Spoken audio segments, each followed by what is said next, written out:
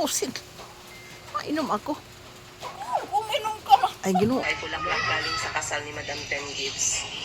Pinili niya tong ganito para sa mga bridesmaid. Kasi Ano? iuwi. So ayan na siya. Ha? Crochet na bulaklak. Sino yan? Maayong po sa makabilang buhay. And they need to attend, no, dahil talagang mabait namin na kaibigan. But ngayon ang balik nila galing Cebu. So ngayon, sa harapan ko ang aking breakfast. Pakita ko lang sa inyo.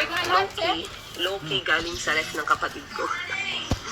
Ngayon, kasi may iba na, ano na siya, mixed. So, itong isang malaking bote na to, ako ng dalawa, isa para kay Madam Ten Gibbs, isa para sa akin. This is galing sa palengke. Then, nakita ko sa ref niya, meron siyang dragon fruit.